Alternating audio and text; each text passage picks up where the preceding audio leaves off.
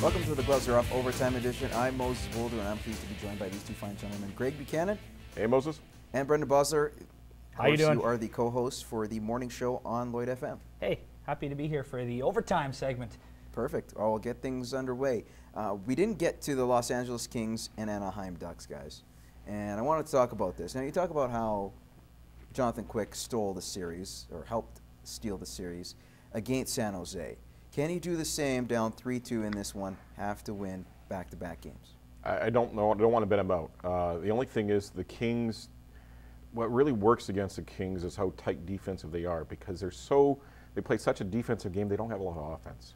So if you get but but the thing is, they've been scoring goals, and they've scored goals. Not a ton. But the thing is, they've scored quite a few. But if you this score year, 4 I think goals, a lot more than we would think they would have scored. But if you score 4 goals in the Kings, you're almost guaranteed you're going to beat them. And that's the sad thing about LA. They just do not have enough offensive punch to come back if they're down by 2 or 3 goals. Last night they were down, was it 3-1, and they battled back and they made it 4-3. But it takes a lot for them to score 4 goals. How much of that is John Gibson? The way he's come in after you could say what you want about Jonas Hiller. Same thing about Frederik Andersen, even though he got you at least a decent effort in Game 3. What do you say about this Gibson kid? It's phenomenal. Unreal. What is he, 20? 20 years old, 3 starts before this, wasn't it? He set some sort of record in the regular season too for starting with a shutout, and then he did that in the playoffs too. He's like the first goalie to ever do that or something. But obviously, you know, a lot of people questioning the decision to go with the 20-year-old. And I know we talked about this on our sports show, where sometimes the coach, you don't worry about that experience. You go with who you think's the best guy, and he's a huge prospect, and it's been working for him. I think a lot of people undervalue Anaheim. They're a pretty deep team too. Their only issue is coaching, and I think it's that mental hurdle that they have to get through. Do you think they finally got through that, knowing they have that goalie in place that seems to make the Kings question themselves a little bit? Can they get a puck past him? And of course, there was that comment during the post game asked towards, I think it was Daryl Sutter, about Gibson. He's like, this kid's phenomenal. Yeah. So I think it's starting to get into their heads. Is that also another positive for the Ducks? Any time that a goalie gets into the players' heads of the other team, it's going to definitely work in your benefit. You know, and the thing is, he's 20 years old. I mean, you're almost, as the LA Kings, you're sitting there going, you know, his bubble's going to burst. He's only 20 years old. This kid can't stand his head for this long a time. The only thing is, now he only has to stand his head for 1 more game, and they win, and they're done with the Kings. So it'll be interesting to see if this kid can have 1 more good game in him to get to the next round. I think they go to 7. You know, this could be one of the first times ever that the conference semifinals, all 4 of them go to 7 games. Never happened before.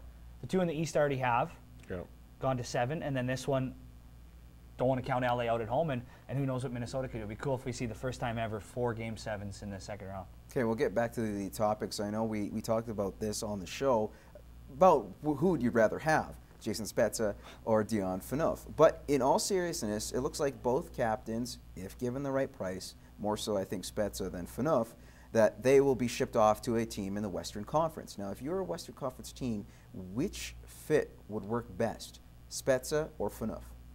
Oh, it depends what your team needs, right? Yep. If your team needs a little offensive punch, I think Jason Spezza is a guy who can still put up 30, 40 goals if he's playing with good hockey players. I think Dion Phaneuf, you know, a lot of people say Dion Phaneuf is very overrated. I know you're one guy who thinks so. I don't think the Leafs had any choice but to sign him to the contract they did without just giving him up. Because other than Dion Phaneuf, who else did the Leafs have? They have an offensive Jake Gardiner, who's an up-and-comer, but they don't have anybody who's any good defensively. They have Morgan Rielly that's still learning the game. Jake Gardiner, who thinks he's a lot better than he is. I think Dion, on a good team, he's maybe a 4th, 5th D-man. Ooh. What about in Edmonton? In Edmonton, he's probably top 2. You might go there. You never know. But the thing is that you have to realize when we talk about Dion, we're not talking about Dion during his Flames days. We're not talking about Dion when he first arrived in Toronto. We're talking about Dion now. And Dion now is an average defenseman. In Edmonton, he's a big physical guy, but he's sometimes a defensive liability. He has slow-moving feet, makes some bad decisions with the puck at times. Other than that, he's a great D-man. Along I with think you're some negatives undervaluing and him. positives. You know, he's not a great defenseman at $7 million a year. Yeah. Shea But that's Weber's just- but that's the heck of market a now. defenseman at But $7 I million think a year. But I think in your instance, it was Dave Nonis, it was the contract he was given, and that's what is at now. Imagine what PK is going to be once he gets his contract. Very quickly, guys, we'll get to this. Hawks and Wild tonight, Game 6. Do you think there is going to be a Game 7, yes or no? I hope not. That series has been boring. I really have not enjoyed that series as much as I thought I would. Minnesota's such a boring team to watch. I think Chicago wins They have tonight. Bonneville's Justin Fontaine. Hey, though. shout out to him. Good Scored a goal. local area guy. The best for him, but I don't like Minnesota. Yeah, I don't like it- Matt it- Cook. I don't like Parise. I don't like Suter. And watching What a Minnesota, list. they're a frustrating team to watch, and I can see Chicago being frustrated playing against them because they just collapse around their net constantly. It's not that Brizzy's standing on his head, trust me, he ain't. But at the same time, when you have 4 guys around your own net all the time, you can't get a puck through it.